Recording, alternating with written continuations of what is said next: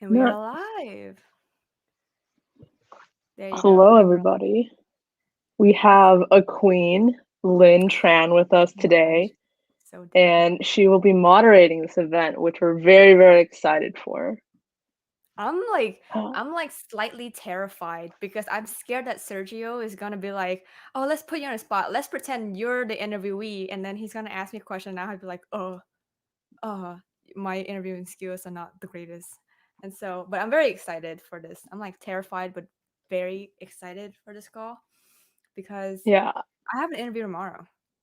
So this is gonna be very helpful, very relevant. Oh, Um, hey, you should yeah, use this opportunity as like a live interview practice. I will die. I will die if people see me like practice. Like I would be so embarrassed. But maybe the audience can see me be embarrassed today. Hi. Oh, say hello from San Francisco. Hello from Louisiana over here. Yeah. So tell us where you guys are. Like, how's finals? Is everybody approaching finals week? Like, let us know. Like, what's happening? What's your situation? And how's your interviewing process been? And like, we want to know. Like, if you have any questions on like any interviewing questions, definitely put it in here, and then we'll talk about it. Yeah. Yes, yes. In the meantime, I'm going to do some self plugs. If you guys are interested in receiving weekly job postings from the business side of tech, we do that through our weekly newsletter. You can go ahead and subscribe here if you are interested. Yes. Someone says to do it based on my suggestion, Lynn. I should prep it more. Like, I think the behavior questions is where it's like, do I know? Like, how do I behave? Like, I don't know. I think that scares me. Um, y- I don't know. We'll see. Hopefully, Sergio doesn't make me do that, but we will see. We will see. I'm vague. Crossing my fingers, not.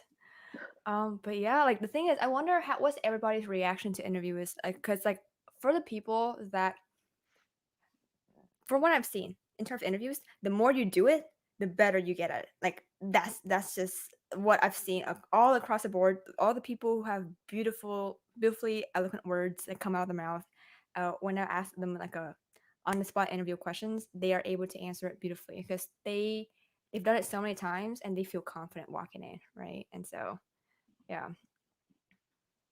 Hi today. I'm not sure if if I pronounced your name right, but that's cool. I found somebody from my school. That's cool. Yeah, we'll definitely be talking about behavioral questions for sure. So, Vicky, what's your experience with interviews? What do you think about it? Um, that's a pretty broad question. I think that in general, I think it's good to just kind of treat it as a conversation if you can, because it's important to Yeah, remember that the other person is still like a human, right? And they have a I life. agree. They I probably agree. woke up the same way you woke up, like, and I think it's just important to get to know them too, instead of trying to word vomit on them about your experiences and whatnot. Yeah. So just the key is talk to them and just let them forget that we're interviewing. Just constantly bombard them questions. Just kidding. Don't do that. That's not the tip for the day. Do not listen to what I just said. Um, Interesting. System design questions. We'll definitely be asking Sergio that. So, is anything else you want to plug with TechPod before we add Sergio in a few minutes? No, I think that's it. Just like if you guys are interested, sub to our newsletter. And yeah, and then follow us on LinkedIn if you guys are interested in more events like this. We try to host them as frequent as we can. And yeah, that's pretty much it on my end. Yeah, I'm so excited. So again, please don't forget to put in your questions. Sergio would love to answer them because we're pretty like we're playing it by ear, and we'll see how it goes. I'm so excited because he's going to talk about his background, and he is a non-tech breaking into tech and made it so, and in a very cool way. So can't wait to hear his story. I'm probably gonna add him in. You think it's time we can add him in? Yeah, let's do it, Lynn. Alrighty.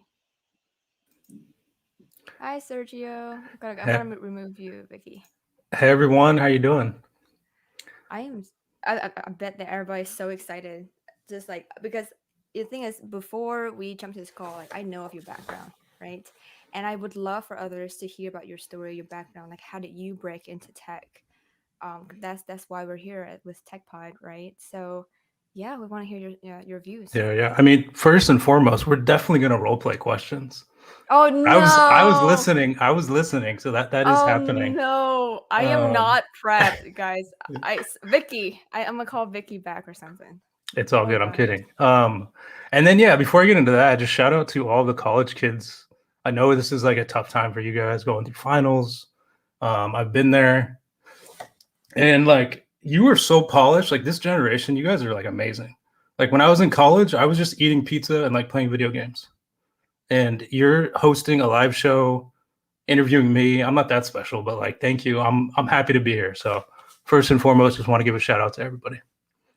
Thank you. I mean, I've learned so much from the team, and I've learned so much from like other people my age who have accomplished so much. I was like, it's insane. But I also would like contribute that to like the ease of access in terms of information, right? With phone technology, internet. So now at this point, I feel like anything is possible at any age. Like on the tech pod team, we have two high schoolers.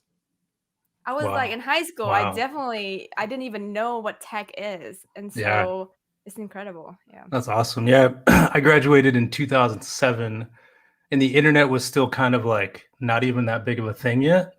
Facebook had just come out, and I think to your point, the access to resources is just incredible right now. So just take Mhm. advantage of that. I think your question was kind of my background, right? Yes.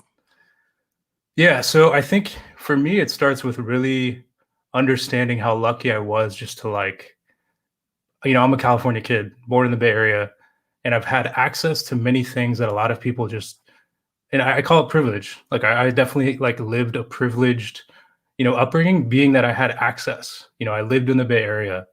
My dad worked for Cisco. I saw that, even though I never thought in a million years I'd get into tech, I at least saw that it was possible. My dad is black, and that was like, it's not something you see on the news or on the TV all the time. A black man in Silicon Valley. So for me, like, I think that was luck. I was lucky to have parents who were in that world and show me that it was possible.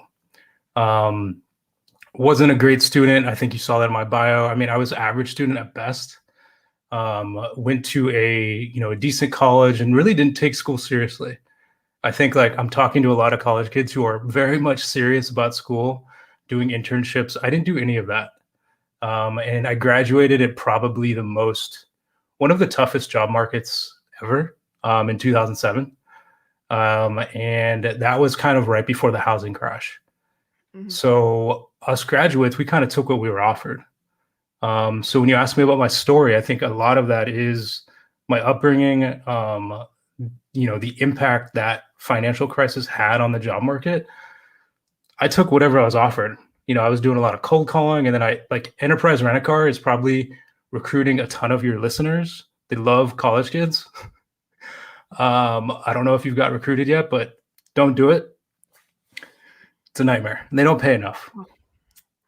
But anyways, it was a good experience though. Like it was my first job out of college, and I think it taught me a lot about work ethic, customer service, sales, and I jokingly say don't do it, but actually everything since then has felt like a vacation, to be honest. Like in the tech world, it's just like it's an adult playground. We get like all these perks and benefits, and like they take care of their employees so much. But like, I'm glad I didn't start my career with that. I'm glad I didn't start at Facebook or Google because I actually got to see what I call the real world is.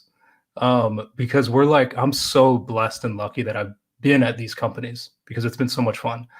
Um, you know, early half of my career, I'm rambling right now, but it was mostly focused on sales. So I did enterprise rent a car, and then I found a contract position doing inside sales and cold calling.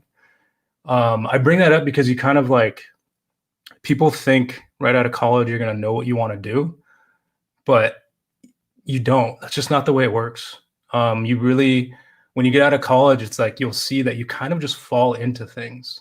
Like you might fall into sales, you might fall like get your foot in the door is my recommendation, and that's what I did for a software it was like a cybersecurity. I was doing inside sales for the first half of my career. I just realized I did not like sales, and that's gonna happen to you in your career. I'll pause there. I feel like I'm talking too much, and then I can keep going if you like. But any questions so far? So we're looking at some questions, but I think that could be answered at a later time. But in terms of like exploring, I definitely agree. Because I mean, I guess it's really important, like even for interviews, like to know yourself really well, right? Isn't it like the core, like because they're gonna ask you behavioral questions, and you have to be able to answer these. You have to have stories, right, prepared, and it just fits so many scenario, like the star um, method, right? Yep. And so I think a lot of the stuff that you kind of mentioned just kind of can be applied to like the interview process, right? So I guess I'm just gonna kind of go a little bit of your background. So according to your LinkedIn, I saw that right now you're a senior program manager on LinkedIn, right? And before that, you were at Facebook, Amazon, Google. It's like all these big tech companies, and you mentioned that you start from enterprise. Um, so how was your interview? I mean, I think the first one was Google, right? Was your first big tech, right? So how did you interview for that? Yeah, good question. I think my first I think my first break was actually at LinkedIn. So this is my second time at LinkedIn. Um, so before Google, I was actually at LinkedIn, and Okay. I think my big break there was really about networking. And I knew people at LinkedIn. My sister actually worked at LinkedIn. Again, that was a little bit luck of the draw, but also she was able to kind of give me the scoop of the company and why the mission and all the things.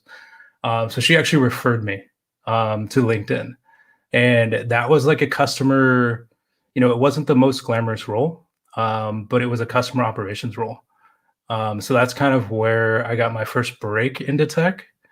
And I think, when thinking back about that interview, my sales skills that I learned and developed over time and focused like on the customer really came through in the interview because I had a passion for taking care of customers. So I think you mentioned being self-aware, like for the listeners, like really start thinking about what you're passionate about and what kind of excites you during the workday. Like you're not going to love everything, but there's going to be pieces of it, and start like documenting those.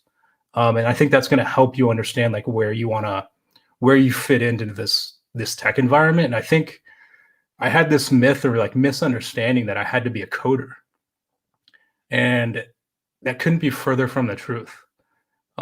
Soft skills, I'd argue, are 100 times more important right now than coding skills. And the reason why I say that is because you can't get anything done if you're not able to communicate with people. So I think like that's like one really big tip. I think that's like a misconception that I had early in my career, was that I had to be super technical to break into tech. I had no technical background. What I was good at was like communicating and building relationships with people. But Google specifically, and like I know you asked about that. That was crazy. I never thought. It still trips me out that I got into Google. Um, that was the best. I think that was probably the biggest moment in my career, is because once you have that on your resume, I don't care what anyone says, it's opened so many doors for me. And it's not just work. It's like you're looking for a house. Oh, the landlord's like, oh, you work at Google. Cool. That's like, it holds so much weight. I mean, I hate to like say that, but like it does. And anyone who says it doesn't, they're lying. But the way I'll tell you like a quick story on how I got into Google. That was also through networking. I had a friend who I worked with at LinkedIn. Shout out to Brian Chang. Long story short, he also worked at Enterprise Rent a Car years ago, and he gave somebody a ride back, and this somebody, her name's Alana Karen. She has been at Google for 18 years now. She's a senior director there. He built a super strong relationship with her. Later on, this role came up. He threw my name. He actually emailed her and said, hey, Sergio could be a really good fit. She reached out to me. The team reached out to me. I got into the process. And I got an offer. So that just shows you the importance of connecting and knowing you never know what connection might play a role in your life. I'll pause there. Mm. So the connection, how do you establish that connection in the interview? Yeah, so that's a good segue. I think we can touch on that. That's, something I think the most important part of interviewing, and I've been a part of interviews and I've gone through so many interviews over the last several years, is connection. When I first talked to you, Lynn, when you talked to me about the show, you did a good job of connecting with me up front. We didn't just go straight into it. Um, Mm. so, and I think Vicky mentioned this also, like the interviewer's human. They don't want to talk to a robot. A lot of people I help on the side and talk to them about interview coaching and practicing, they're just like memorizing a script. They have a document, they have all their examples, and they're just like reading it off. Like this isn't um how do I say this nicely? Um you're not studying for a test, right? Like this is you're preparing, but remember, this is like you want to have a real human conversation. So in the first 60 seconds of every interview I'm a part of, I try to connect with the person on a human level. Like with you, right? When I got on this call, I was like joking about doing the role play, right? Right. That was very intentional. I wanted to break the ice for you. And I think being intentional in the first 60 seconds of every interview you're part of. So for your interview tomorrow, like I challenge you to like really try in that first 60 seconds, hey, happy Friday. Like, what are your plans? So, it's been a long week, but I'm like super excited, whatever. There's always something you can connect with somebody. So when you mention connection, I think that's my number one. That's like the foundation of every interview I go into. And then when I'm interviewing people, I also look to see if they're trying to connect with me. So I'm assuming that's how a lot of the people stand out to you, is that they're actually having like a side conversation as opposed like not just being, I'm here for the job. I'm here to connect, right? Yes, 100%. I think it's enabled me. While I haven't got offers every, talking about Facebook, I actually got rejected for 4 different roles before I got the role that I got there. And I ended up getting 2 offers, but yeah, I got rejected 4 times. But what I've noticed is I get super far. Like I made it to final rounds. I make it to final rounds in almost every interview I'm in. And Mm. I'm not saying that to like brag or anything. I'm saying that because like I leverage the method like in strategies that like work. And whether it's like figuring out that someone likes the Giants or basketball or soccer, or like they go running, or they box or whatever it is, or they love cooking, they're gonna remember like Sergio really tried, or like, oh, Sergio's the guy that like plays soccer, does music, or has the red mic, whatever. Um, you want to stand out because everybody, not everybody, but like lots of people have Harvard 4.0. I did 17 internships and whatever. I'm not like downplaying internships, but how are you standing out outside of what's on paper? Mm. Yeah, I really like that. I think in addition to that, like nowadays, with COVID, a lot of it is like online interviews. It's not even in person. So there's a lot of real estate in your background that you could take advantage of, whatever it is. I think for one of my interview, I just did I heart and that company's name and just in the back of Oh, my that's cool. background. Yeah. So I mean like That's there's a lot of real creative. estate, right? That you can do. I mean, right here you see my room, you see that I have an interest. Like I like watching Wonder Woman. And Yeah. so I'm not sure if this is like the best one to kind of show every time, but I guess like it does show just to kind of let you like people remember you, and I think that's really important. Do you have any other tips on being memorable? So I mean, yes, of course. So you're gonna walk in intentionally with knowing how to start the conversation, vibrant, happy energy, and then you want to talk to them, ask them how they're doing, and notice their background and so on. So what else? What else can we do to kind of also tighten that connection or impress the interviewer? Yes. Honesty. Um, and what I mean by that, so honesty and being authentic. Uh, when you don't, I think, one of the topics that we were going to touch on is, what do you do if you like can't figure out the answer, right? Something that I'm like pretty intentional on when I'm interviewing. Like if I don't know something, like I'm going to be honest. Um, with the interviewer, like, sorry, I'm not really like completely understanding what's, what you're trying to get at here, but like, here's what I do know, and here's how I think I can solve this. But like, I want to be transparent. This isn't one of my key strengths, but here are the 7 other strengths that I have. And what I've found and what I've gotten feedback on in my interviews is they appreciate the honesty. And you can never, this is just life advice. You can't go wrong with being yourself and being honest.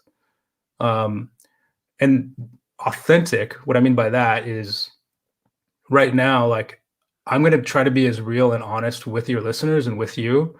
If you ask me about, how it was at this company or that company, like, I'll give you the real deal. And like, even in my interviews, they're going to get a piece of me, meaning like, I'm going to share that I have 2 kids, I'm from the Bay Area.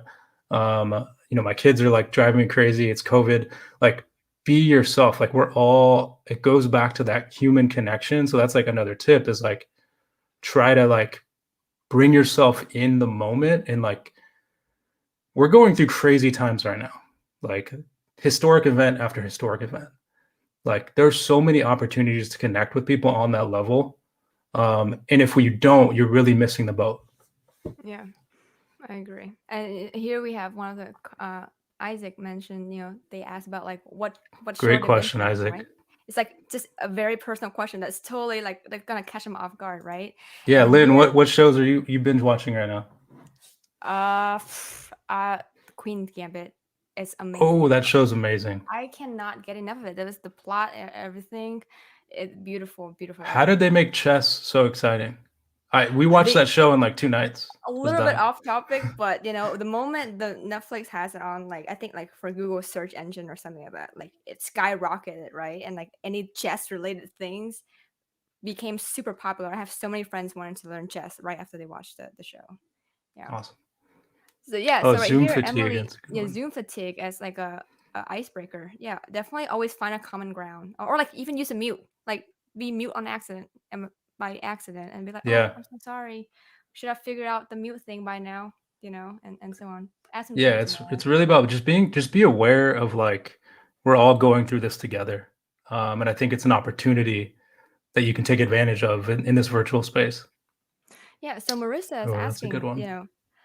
what are the tips for connecting and networking for shy people? I think not a lot of people address this because, and I don't know about you, but from what I've seen, the one that are very successful at interviews, they tend to be outgoing, knowing how to talk to people. I think that's a very important skill, right? Is to be memorable. But what about for the people who are kind of like on the quiet side? Marissa, shout out to you. This is a great question. So I actually, surprisingly, I'm an introvert.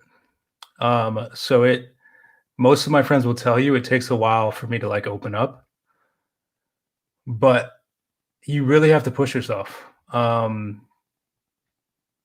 I think for shy people, for me, is what's worked for me is building that confidence. So I think as somebody who's an introvert, the way I combat that is I over prepare so that I feel going in, I feel super confident that some of that shyness and nervousness goes away because you feel like you're grounded. If that's not making sense, please like comment. But I think for anybody who's like shy, be your authentic self. You don't have to try to be this like outgoing person, and like, be yourself is my opinion, and my thought here is like, be yourself. And that might mean that you're not going to be able to connect as much, but give it a shot. The worst thing, like, there's literally nothing can really go wrong. Like, you just take your shot and like treat interviews as practice. Even if you bomb, like, you're gonna learn over time. Like, I'll like ask random questions in interviews just to like test them out. So I'd actually push you. Like, I had that moment where I was like, oh, I'm an introvert, I'm shy. And I think you have to really push yourself and find ways to overcome that. I know it's tough, and I know there's a lot of resources out there as well. I follow Mark Metry. He's a really great follow right now on LinkedIn. He talks about social anxiety, and I know that comes into play during interviews. So I know this is a problem, but I think you have to, understand the impact that overcoming that will have on your results in the interview process. Yeah, and here Kobe recommend the book Quiet by Susan Cain, which I've heard a lot. And now I kind of want to ask you this. Now, now you're talking about confidence. Here's the thing about confidence in an interview. I think a lot of us, especially when we're young, we're in school. How can we kind of appear confident without seeming like we're bragging or seemingly cocky, but like at the same time sell ourselves? Like how can we find that balance? That's a good question. I think yeah, there's definitely a balance. You don't want to be cocky. I'd say something that's helped me is early on is there's a mix, right? Like you're not going to know everything, and I think interviewers can kind of sense when you're BSing them. So I think by default, try not to. What I've seen is some people get defensive if they ask a certain type. If somebody asks a certain type of question, um, try not to get defensive. Remember, this is just like a human asking a question. What was the question again? I'm like rambling right now.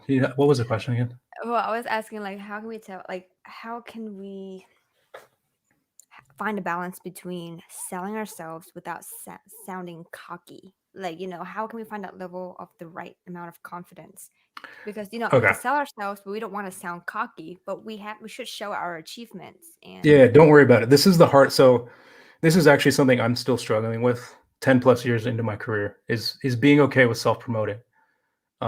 It's not something I like doing. I hate showing off and sharing my work, and it's probably actually hurt my career. So I'm with you on that. But I've gotten to the point now where it's like, it's if you don't do this, you're going to get left behind. So like my advice to your listeners is like, don't worry about it. Show off your accomplishments. Like you made it to the second round at Facebook, you are a superstar. There is only a small percentage of people that get to that point. So I would actually push the question back, push back a little bit and say that be proud of yourself. Be proud of your accomplishments at TechPod.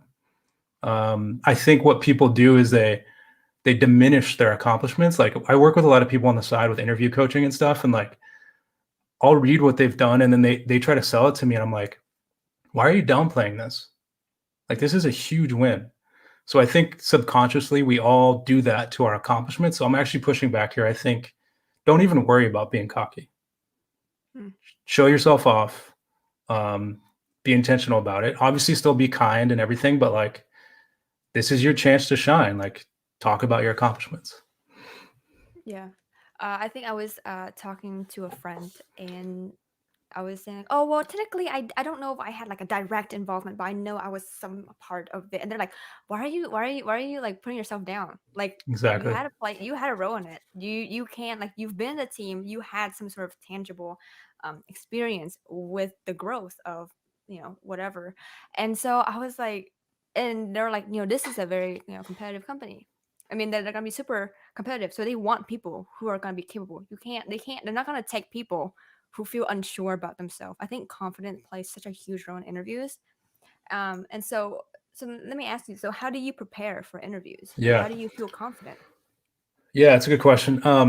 Before I forget, I think one thing on the not sounding like cocky or arrogant, before I forget, mix in we mix in some of your stories and examples.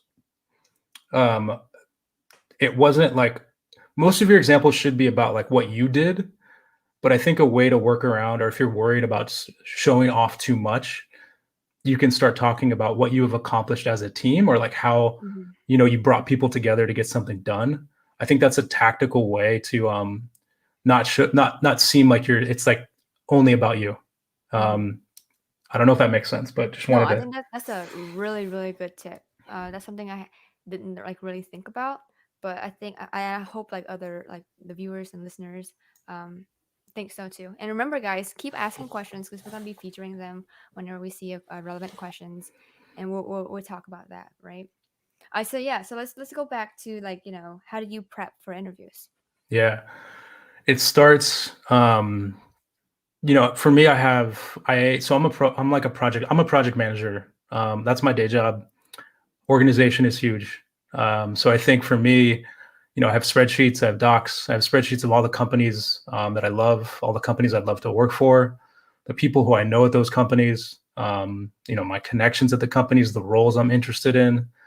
It starts with organization. You have to treat your job search like it's a project. So I think that's step one for me, is organization. And then two is research. Every company, everyone I interview for, and this isn't new news. Like nobody's gonna think, oh my God. But you need to go a step deeper than just like the first result on Google. Really try to understand what I've done is like really trying to understand like the pain points of companies, whether it's like good news or bad news. Every company has like a newsroom. You just go on there and figure out what's most relevant to the role. So, for LinkedIn, for this role that I'm in now, I like kind of scoured, LinkedIn. I've started using the product more. That's the other piece, is use the product or service. Right. And really try to like uncover some just like nuggets that everyone else might not bring up in the interview. And then you can like document the questions you want to ask. So like maybe, hey, I noticed LinkedIn just launched this new feature for creators. Can you tell me more about that? Try to go a step deeper than that surface level. Like, talk to me about the culture at LinkedIn, or whatever, right? So I think like organization, research, and then the biggest component I think is actually preparing of like and documenting your examples. So I know most of your audience, correct me if I'm wrong, it's college students, right? Like a lot of college students or young, like or new grads, young professionals. Yeah. Yeah. So what I would recommend is even if you're not interviewing, start documenting the work you've done, whether it's an internship or work you've done in the community, on campus, and really start documenting the key examples that highlight your best work, and frame the examples and the answers, and like the way you start thinking about it, kind of that STAR method. We go back to that. The way I do it is like I have all my examples in a doc, like in a Google Doc.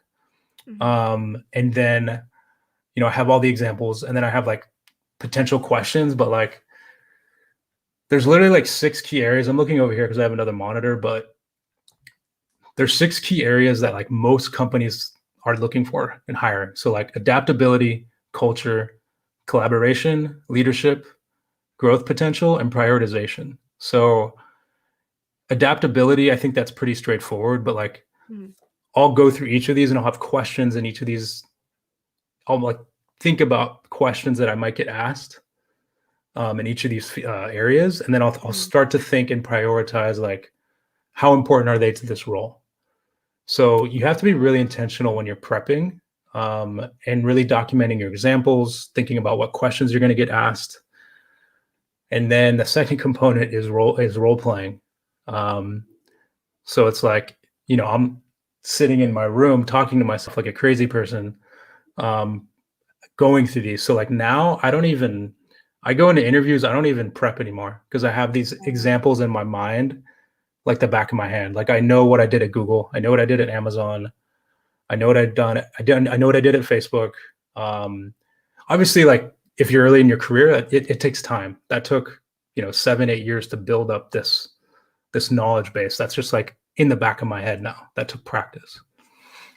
Yeah. So I mean, practically here, you practically answered Rosie's question, which is like you practice by yourself. And so I found myself doing that. I literally was just sitting in a room by myself and just talking to myself. And my sisters opened the door, and I was just like literally just talking to myself. I was like, I am talking to someone, Yeah. aka that's me. But yeah, so I hopefully Rosie, we answered that question for you. And if you have any more, you want to add that, feel free to keep adding to the questions. Um, so yeah, um, okay, so you talked about, now I kind of want to talk about like what kind of what happens when we blank out as an interviewer. Like, let's say we are so afraid, we're so intimidated, and we'd suddenly blank out. We hit a hard question like what to do. What have that happened to you, or like, if you have any tips on that?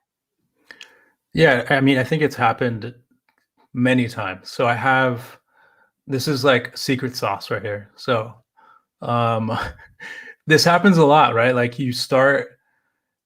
someone will ask a question and you'll start talking and then you'll forget what the question is. So one way that I've kind of solved for this a little bit is I ask the interviewer to repeat the question and I really slow down and then I ask them, okay, let me like make sure I'm understanding you. And as I'm kind of intentionally slowing them down, I'm thinking about what I'm going to say. So that's just like one tactical tip. And then if you blank and you don't, so I'll share a quick story. So I was interviewing for Google actually a year ago, maybe about a year ago. I didn't get this role. But I bring this up because I was asked a question that I had no experience in. I had no idea how to answer it. But I literally like Googled while I was talking. That's crazy. And I was trying to answer it, but it was the worst idea actually, because the interviewer could totally see through it. So I bring that up and say, don't try to just make something up. Like if you don't know something, the interviewer is going to know you don't know it. So I would actually argue either you pause and you try to like figure out the answer, or you just be honest and say, you know what, I'm struggling with this one right here. Is there any more context that you can give me that can help me answer this? Because I'm really not following. And again, as when I interview people and I get that, I see that human side, I see that transparency, and that's actually a good trait to have, is when you can admit you don't know something. So that actually works. What people don't understand is like that doesn't really work against you if you don't know something. What if it's like a technical interview? So how would you actually address that situation? That's a little different. And I mean, I have to be honest, like I haven't been in a technical interview. I don't code. So I can't speak to that. I think that's more black and white. Like if you don't know how to code something and it's a part of your role, like it's going to impact you. For my type, the roles that I'm in are more like, project manager, program manager, communication skills. There's some areas where like there's some wiggle room where it's not like a hard requirement. But if you're an engineer, like, yeah, that's a little different, but I still think they would appreciate your honesty. If it's something that you're struggling with, you just need to shine in other areas. I really like that. I think, again, bringing that human aspect into an interview, right? Because and tying back to the authenticity, the honesty, and what you mentioned.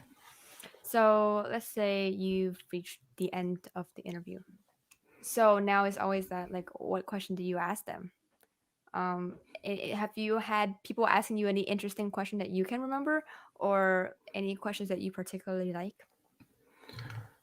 Yeah, this is super important. People don't realize how important asking questions, like good questions, are. This is the other thing, as part of my preparation, I always document the questions I'm going to ask. I have like a few go-tos that I usually use. But you want to find something that's going to stand out. And if you can get a response that like stumps them, or like makes them really like, oh wow, that's a good question, like that's what you want. Bringing back to this comment that we had, just ask. I wouldn't say this is the go-to question for sure. Maybe like at the end when everything's resolved, then you guys can have fun. I would say. Yeah, definitely not the go-to. This is you want like your first couple questions are going to be more like kind of job related, or right. For me, I really want to get an understanding of who the hiring manager is, like what their style is, because like one thing you got, like everyone needs to understand, is like they're not just interviewing you, like you're interviewing them.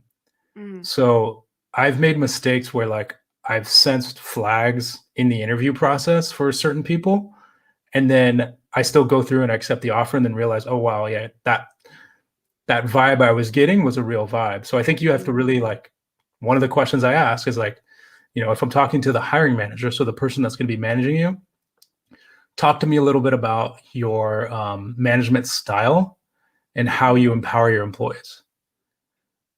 You'll get a quick understanding of if they're a super micromanager or if they're more hands off, give you the autonomy, empower you, and really try to like understand how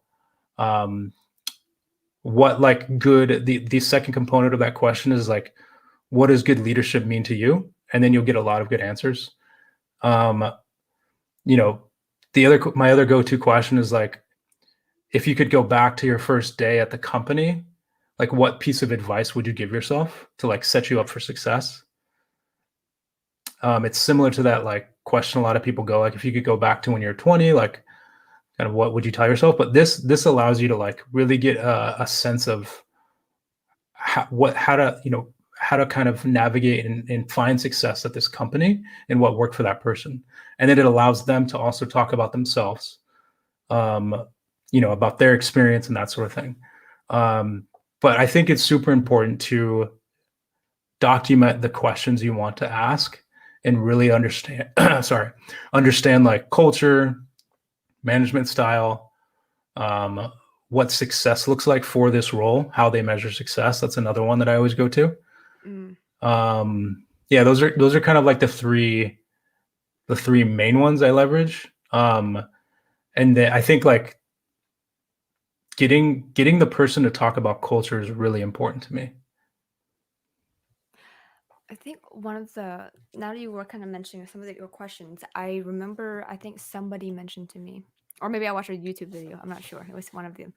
And they were like saying like, ask a question where the interviewer can imagine you in the role. So give like a hypothetical situation, because vision, like being able to vision it, is very important, right? And so you can be like, if I am successful, like let's assume that I got this role, and we're moved like about a year from now. What would I have done to be considered successful in this role? And I was like, well, that's a very, very cool question. Because they had to think about you doing, like, being in that role, and they had to think about how you can like succeed in that particular role. And then you're gonna get all the key answers that on how to improve, and so Yeah. I get a lot of inside information from that, right? That's a really good question. I've used that before. Kind of what does success look like 60, 90 days, a year down? That's a good one. I think the other one that's really good is like, I use this actually in my LinkedIn interview to the hiring manager. I asked, what are the key skills or qualities that you're looking for, and that's going to set this person up for success in this role? And she literally like read off everything that's like on my resume pretty much. And like, she like read off everything we had been talking about that I've been doing. And I was like, wow. So like, you just confirmed that I'm like a perfect fit for this role. So you're going to get a good read if you ask that question, like, what are the skill, or like, what are the traits, or like, what are you really looking for in a candidate? You're really going to you're going to hear it from the hiring manager. And if it's not matching with what you're about, that can kind of give you some information on where you're at. But if it's super aligned, that's a good point. That's like a really good sign. Yeah, I think that's a really, really great point. So let's say, okay, so you ask the questions and it ends. How do you follow up? Is there any interesting way that you've seen people follow up? Or because I feel like people get really creative in this, they can be. Yeah, I mean, I'm kind of the camp, old fashioned thank you note, just email. So I think what I do with my emails is, it's really with the recruiter, right? You ping the recruiter, you ask them, hey, can you send these 4 thank you notes to each of the people I interviewed with? And I think what I do differently in each thank you note, I usually call out something that we connected on, like, hope your bike ride goes good this weekend. I'll usually like end it with something that like I connected with them on. Very personal, yeah. It's At very the beginning, ties back yeah. to, like, it's a whole circle loop, guys. So just Yeah. think about it as yeah. Exactly, Sure. yeah. And I know people are getting creative. Like I know some people do like they'll send some things to people. I think what's worked for me is just keeping it simple with like the email. And I know there's some people that say that it doesn't matter, but it also doesn't hurt you. I don't know if it's going to get you the job. Like if you completely bomb the interview, it's not going to like help you get the job, but like it's not going to hurt you, and it shows that you care. But just be very concise with you don't want it some long paragraph. Keep it to 2 or 3 sentences. Try to like tie in something that you all talked about in the interview. And that goes back so that you can make it, memorable, right? They remember you, and you stand out. Yeah. And now, in addition to that, I remember I hosted one of the events for TechPod, and one of the guests came, and we were asking about like interviewing, and they're like, so partly what they were saying is like whenever they were interviewing, they can sense that the interviewer were kind of hesitant about like one specific skill set that they were lacking or supposedly were lacking. So at the end of the interview, they're done.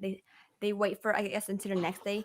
Let's say like they made the entire project that the interviewer was kind of hesitant on. They made an entire project that proved that they could get that done or learned it, and then sent to the email along with a thank you note. Wow. And to me, I was like, that is incredible, because most people just kind of like, okay, well, I bombed it. I don't think I can do it because I didn't meet the expectation, couldn't meet it. But like, she's just like, okay, actually, or stuff that you mentioned that, here are my portfolio, blah, blah, blah. And she just put in all the things that wouldn't make that person hesitant to hire her. And I thought that was brilliant. Yeah, that reminds me. I'll share like a quick story. So Amazon, when I was going through that process, I know a lot of people are interested in working at Amazon. I actually thought I bombed one of the interviews. One of the people I talked to, I think I did bomb it. But in my follow-up email to this person, I called out that he was my toughest interview, and I felt like I didn't do very well. So goes back to the honesty part. Own it. They appreciate it. I still got the offer. I was like, hey, I think I struggled. You were my toughest interview. I think I struggled, but here's why I still think I'm a fit. X, Y, and Z. But definitely own that. Like if you feel like you didn't put your best foot forward or felt like you struggled, you can call that out in the follow-up, email. And the way I spin it, I actually did that for Amazon and I did that for LinkedIn. I felt like I bombed 2 of the interviews, and I actually like told the interviewer that. And then I end up finding out that like, no, you didn't bomb it. Like you're just too hard. Most of the time we're too hard on ourselves. And I think if I could give the listeners one piece of advice, like there's going to be lots of rejection in your life, in your career. And it's not always you or what you did wrong. It's just a part of the game. Like it's a numbers game. Like I said, I got rejected 4 times from Facebook. I've been rejected from Google multiple times.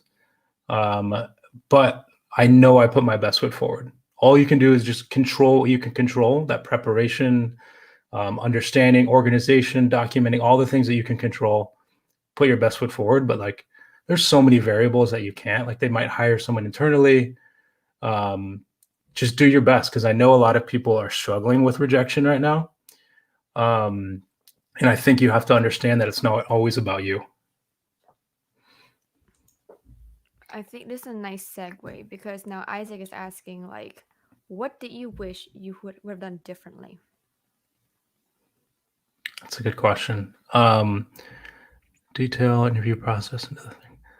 Yeah, I mean, let me think back. So Google, so I got offers from each of these companies. So I guess I wouldn't really do anything differently, because I got offers at Google, at Amazon, and at Facebook. What about the rejections that you've had? What yeah, changed, right? I think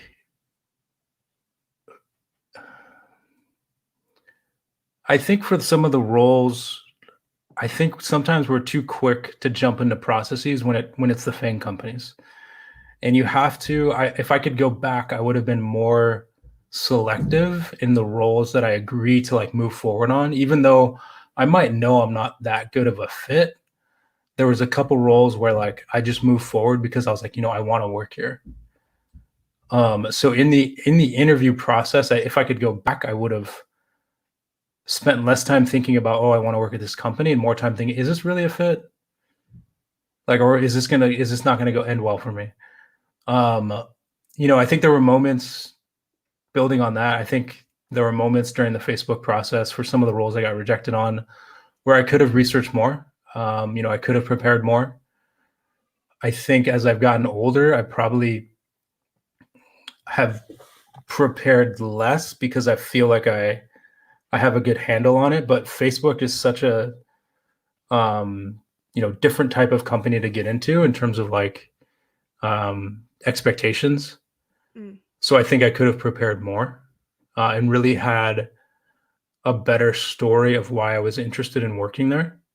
Um, that passion. I think that's the other piece is like you have to show why you're passionate about this company or brand.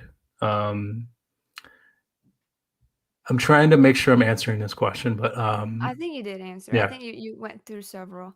I think so Ruhi, I hope I'm pronouncing everybody's name correctly. How were you gonna Oh, answer it's a tough biggest one. weakness questions? Yeah, this is a really good question. This one comes up, so yeah, be prepared. I think what I actually did recently during the LinkedIn process was I called out a weakness that I knew that wasn't going to impact the role. So Mm, whatever weakness you pick, make sure it's not a weakness that's like necessary to do this job.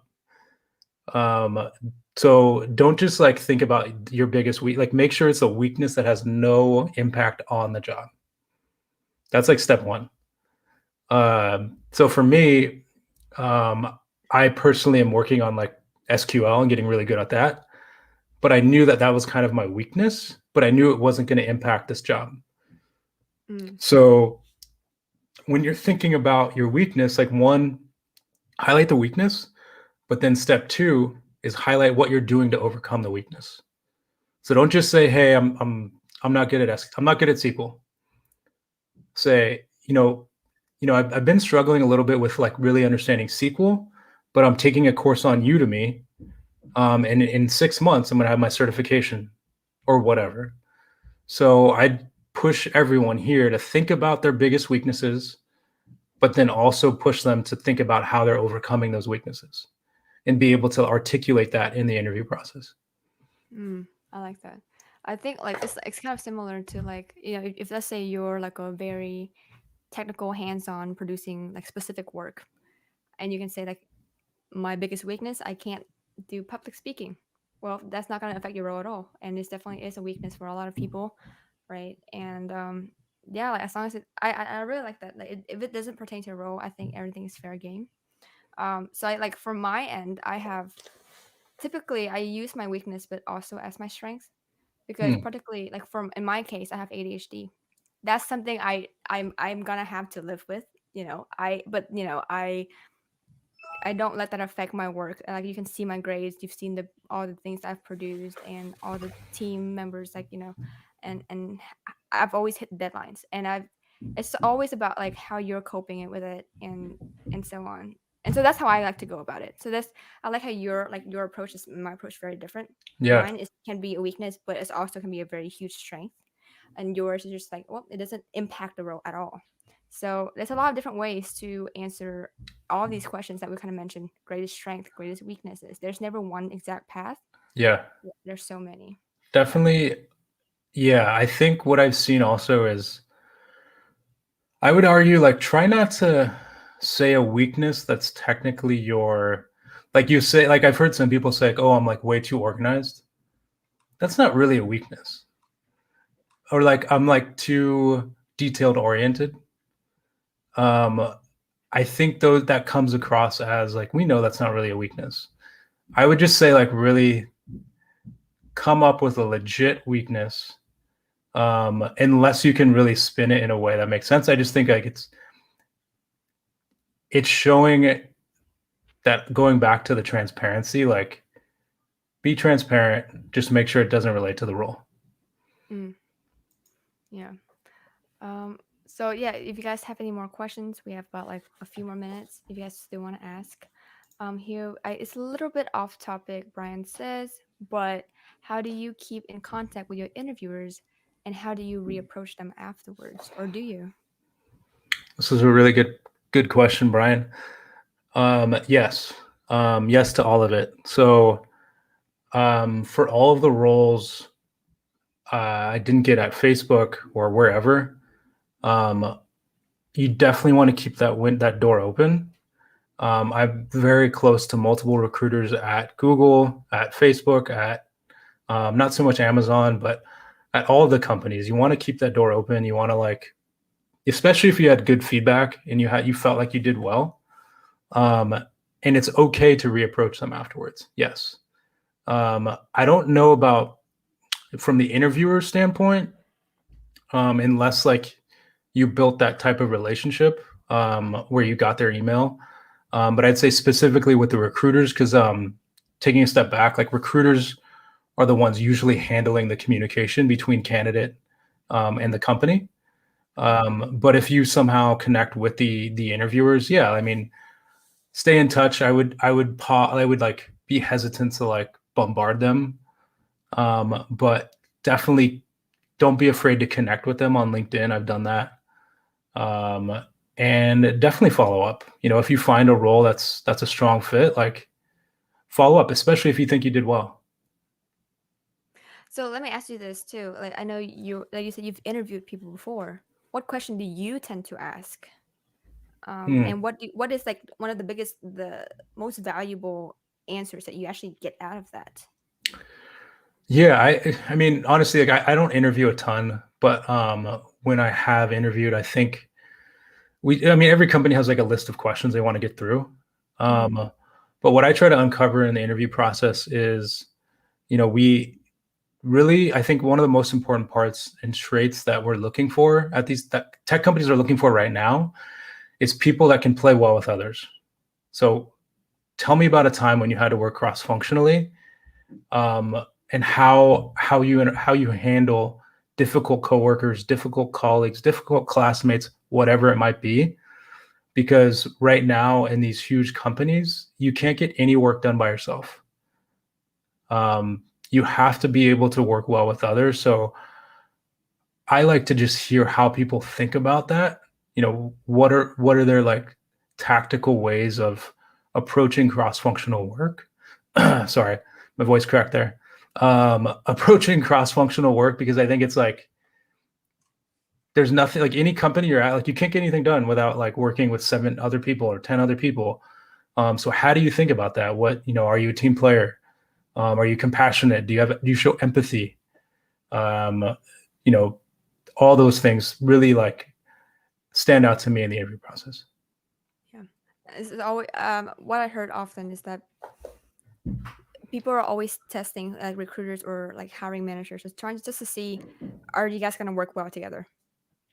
You know, you probably after you pass like all the first round or second round, Yeah. you have the requirement, you've met it. So now it's just like testing, like, are we a good fit, right? Yeah.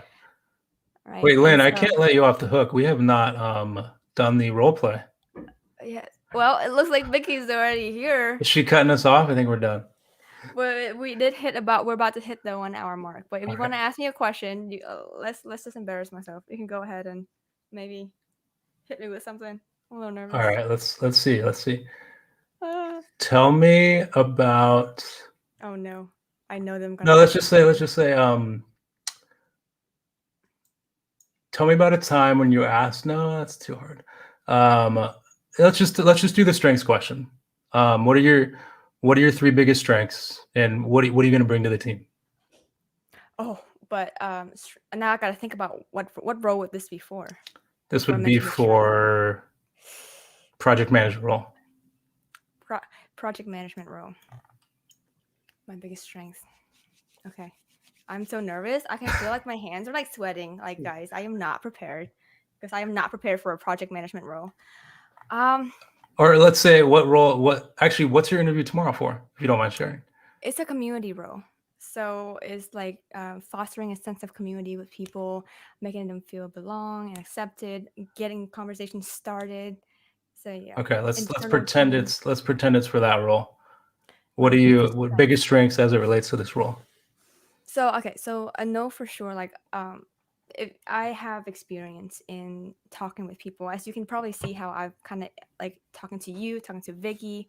Hopefully, hopefully I kind of made you feel heard from that, right? And like really attentive and listening to what you're saying and adding on to that, making the conversations flow. And so when you're building a community, you have to really be personal, taking the time and listen to people, make them feel heard, make them feel accepted.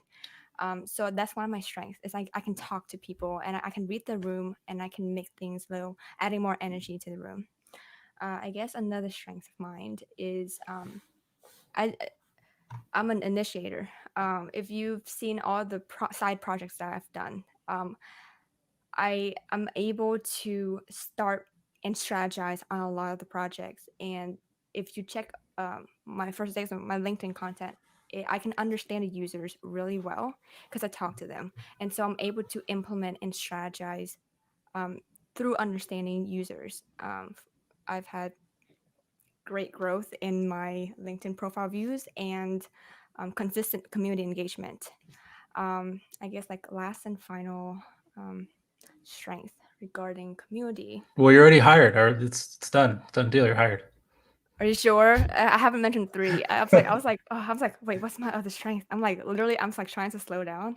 If you notice, uh, It's I all don't good. Don't know. worry about it.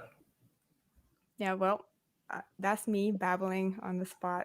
That was crazy live for Great everyone to job. see. Yeah, that Well, was really great, Lynn. all right. Especially on the Well, spot. Like I don't think I would have been able to do that. To I be was not honest. able to do that. I have no idea how I did. So you guys can tell me how I did.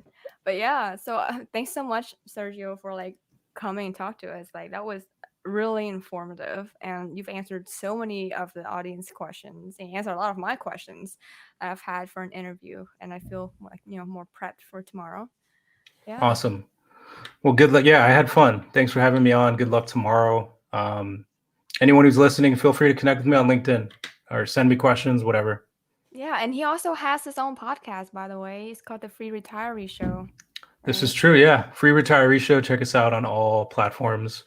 We answer a lot of these questions. We talk career, finances, rejection, everything. Yeah. Well, thanks so That's much, awesome. Sergio.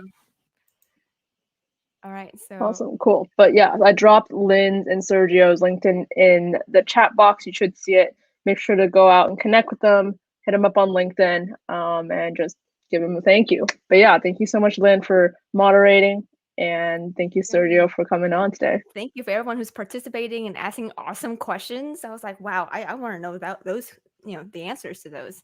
So yeah, thanks so much. We're gonna end the broadcast now. Bye, guys.